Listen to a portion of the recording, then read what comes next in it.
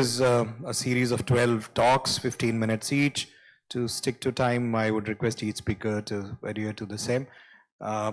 We begin with Dr. Jino, who is going to take us through principles of microcatheter. Over to you. Yeah. Good afternoon, all. I would like to thank the organizing team for inviting me for this talk. And the topic is principles of microcatheters. As we all know, microcatheter is an integral part of any complex PCI, particularly in CTO PCI. So before doing the procedure per se, we should know the properties of microcatheter, how they can be useful in our routine day-to-day practice. So the uses of microcatheter are, it provides a better support. When you do a procedure comparing to the routine balloons, microcatheter offers better support. It also increases the wire stiffness so that it enhances the penetrating capacity. It also prevents the wire from prolapsing from the proximal cap, and also it allows you to multiple times you can reshape the wire, and easy guide wire exchanges. It is possible with the microcatheter. And also it protects the proximal part of the vessel, particularly when you do distal LAD CTOs or distal RCA CTOs. You should every time you cannot take the stiff wires across the proximal segment. So microcatheters always protect the proximal segment. So why microcatheters are preferred over the wire balloons? With accurate visualization of the tip is possible in microcatheter. As you all know, over the wire balloon has a mid marker, so you cannot exactly identify the tip of the balloon. And also this microcatheter gives better support and it's more flexible compared to the over the wire balloons. So we have different types of microcatheter. You can see that polymer only microcatheter, that is old mini cuff support catheter, and braid only microcatheters. You can say that fine cross, super cross microcatheters, and also braid along with coil. You can say turnpike and turnpike LP catheters, and external threaded coil. You can say turnpike spiral and turnpike gold. And specialty catheters are super cross microcatheters and dual lumen microcatheters. So what's the difference between braided microcatheters and coil reinforced microcatheters? So the braided tubes are highly flexible. It has only braiding. It doesn't have a coil. So what's the problem is it may kink when you take the microcatheter across the tortuous segment, particularly epicardial collaterals. When you take across that, the braided tubes, it may go, but it has a tendency to kink inside the lumen. So the guide wire passage will be difficult. What's the advantage of coil reinforced design is it has improved kink resistance, particularly in tortuous vessel, and it has a better torquability, and it has a better penetrating capacity. So basically microcatheters are classified as torquable and non-torquable microcatheters. The torquable one are mostly coiled microcatheters, mainly Corsair and turnpike group of catheters. And braided tubes are fine cross and caravel and super cross. These are all the main braided non-torquable microcatheters available in India. Apart from that, we have dual lumen microcatheters and directional microcatheters. Directional microcatheters mainly super cross, which is available in India. Others are not available. So tubular tip, you can say that it's cylindrical in shape. It doesn't taper at the end. So basically fine cross and super cross straight or tubular tip microcatheters. And most of the catheters we use, Corsair, Caravel and turnpike, all are tapered tip microcatheters. As I mentioned earlier, braided tubes are non-torquable and coiled ones are torquable. And Corsair and turnpike gold, turnpike spiral are bigger in profile. Turnpike LP, Caravel and fine cross, they are all smaller microcatheters. Basically they are all of 1.7, 1.8 and 2.1 Frenches. So what are the block modifying microcatheters? Why this is important? Because when you cross a CTO, many times you cross the CTO with a tough wire, but you fail to cross a lesion with the microcatheter or balloons. In that case, you have to take ILCA if it is available. If it's not available, it's better and easily available things are block modifying microcatheters. Basically, turnpike gold and tornus, they are all offering very good support. The next is turnpike spiral and Mamba. Mamba is not available in India. Turnpike gold and spiral are available in India currently. So these are all very stiff microcatheters and they modify the block and they can help in bailout scenarios. The directional microcatheters are supercross angulated. We have 45, 90 and 120 degree, and also Swift Ninja and Venture. Basically in India we have only supercross. So where they are used in the supercross microcatheter is mainly used when there is osteal lesion, particularly an angulated side branch. When you want to cross the lesion, even in bifurcation lesion, when the side branch ostium is angulated and having calcium, you can use supercross microcatheter. So the fine cross, as I mentioned earlier, is a low profile microcatheter, but it is non-torqueable. You can just push it. So for a simple lesion, simple CTO, you can always use both antegrade and retrograde. You can use the microcatheter fine cross, and it has a tapered tube. That is, the proximal end of the shaft has 2.6 French and distal is 1.8 French, and it tapers uniformly. And the tip to the marker, that is only 0.7 millimeter. So it has a distal gold plated marker. So the basically two type of fine cross, MG and M3. The MG is non-tapered and M3 is tapered in. So the caravel, again, it's a push only microcatheter. It is non-torqueable. So the advantage of caravel compared to the fine cross is it has a the braiding is made up of 8 stainless steel coils, so that it has a less tendency for kinking. So you can take it through the epicardial collaterals. So what's the importance of torque in a microcatheter?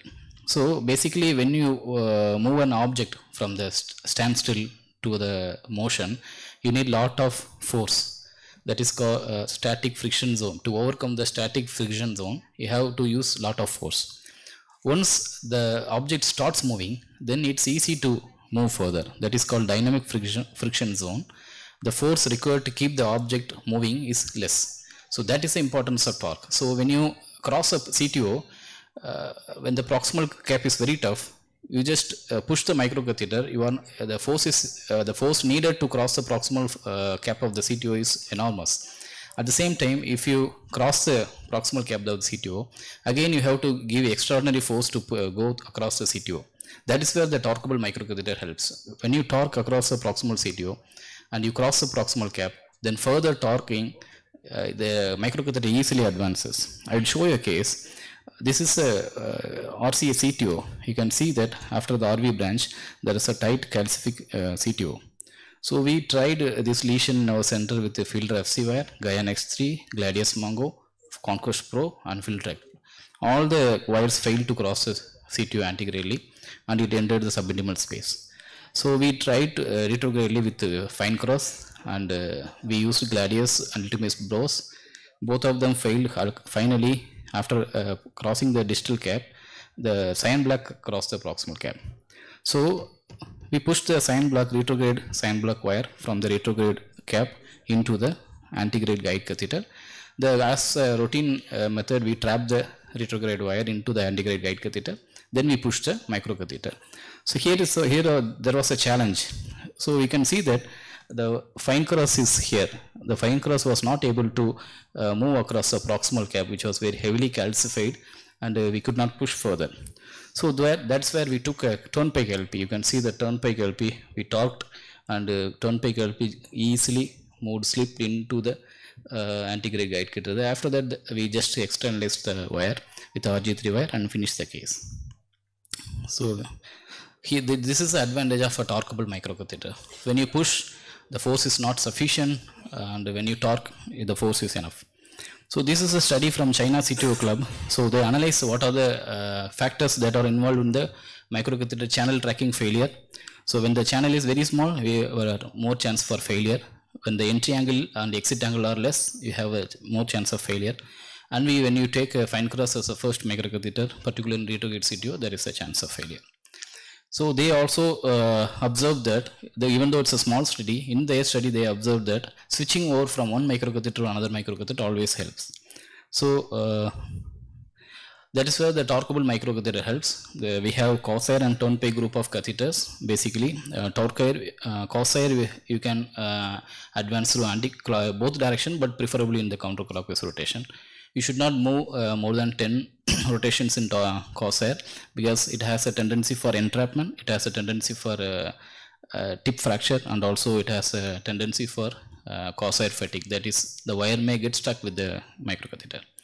So the limitations of Corsair is it's a bulkier microcatheter. So you cannot take IVS along with Corsair in a 7 French guide catheter. You cannot use 2 Corsair in a 6 French guide catheter. Then they came up with the Corsair Pro. They removed that radiopaque marker so that the flexibility increases. Again, they increased further with Corsair Pro XS. It is a lower profile microcatheter. The tip is only 1.3 French.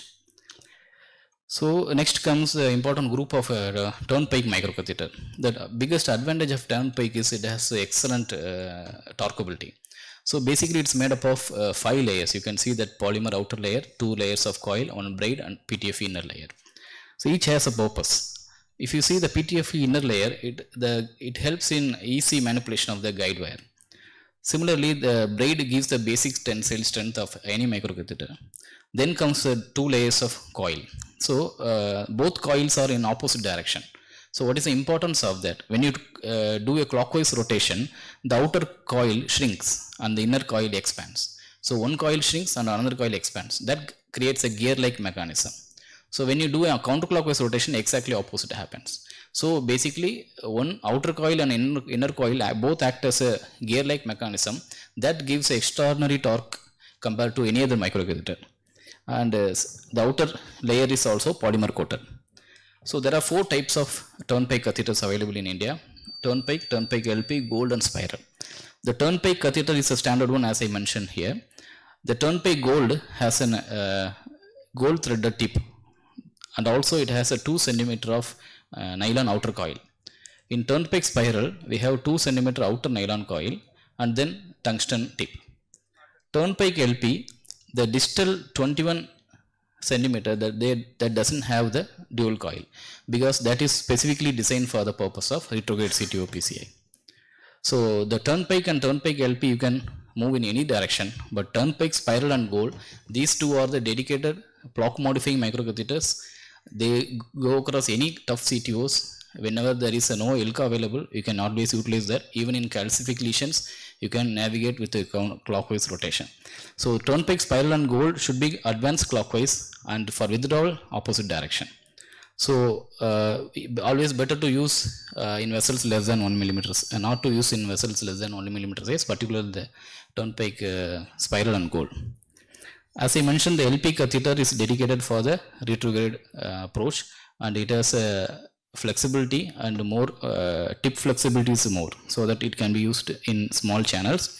And compared to the turnpike, the Corsair microcatheter, LP is a lower profile microcatheter, and also compared to caravel and fine cross, the turnpike LP has torqueability. So that's extra advantage. The gold is very tough one, and you can navigate across any tough lesions. And spiral is again you can use through calcific lesions. The external nylon thread is having, apart from the dual coil system, this nylon wire gives extraordinary torque force. And compared to other Corsair microcatheter, turnpike has extraordinary torqueability, and also turnpike LP also has very good torqueability, more than 70%. So tornus is another torqueable microcatheter. Most important thing is you should always remember the complications of microcatheter. Most common thing is tip fracture. So when you use a non-torqueable microcatheter like caravel, when you forcefully pull, the tip may get fractured. Similarly, when you use Corsair, when you torque, over torquing creates tip fracture. So never use caravel across calcific lesions. Similarly, Corsair also in heavily calcified lesions, the tip may get fractured. So during prolonged wire manipulation, always flush with saline. And when you feel the wire is sticky with microcatheter, particularly after lesion crossing, always exchange to another microcatheter. So dual lumen microcatheters are available in India, particularly Sasuke and Recross, and I will not go in depth of the dual lumen microcatheter. Basically, it is helpful when there is a side branch in the proximal cap, and also we can use in parallel wire technique, distal re-entry after subintimal dissection and re-entry method, and also you can access the side branch in the distal cap of the CTO. So finally, the supercross, it's an angulated directional microcatheter. As I mentioned earlier, it can be used in ostial tight lesions, particularly in bifurcation lesions. When you do bifurcation PC, when the side branch approach is very difficult, you can always use that. And in LCX ostium, when it is angulated, you can use supercross. It is available in 45, 90 and 120 degree angles. Thank you.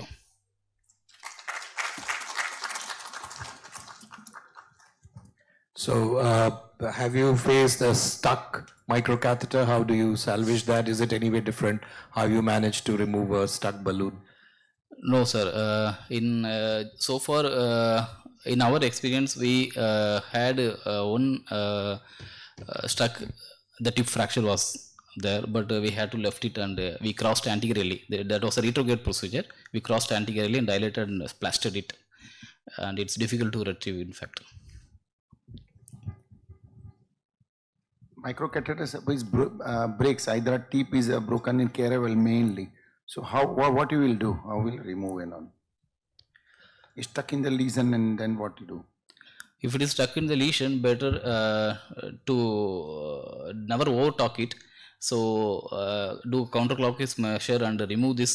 And the tip, it's difficult to take it, particularly when it is stuck in the calcific lesion. So better to go from the opposite direction. If it is a retrograde procedure, go from opposite antegrade and cross it antegradely and just stent it. That's all.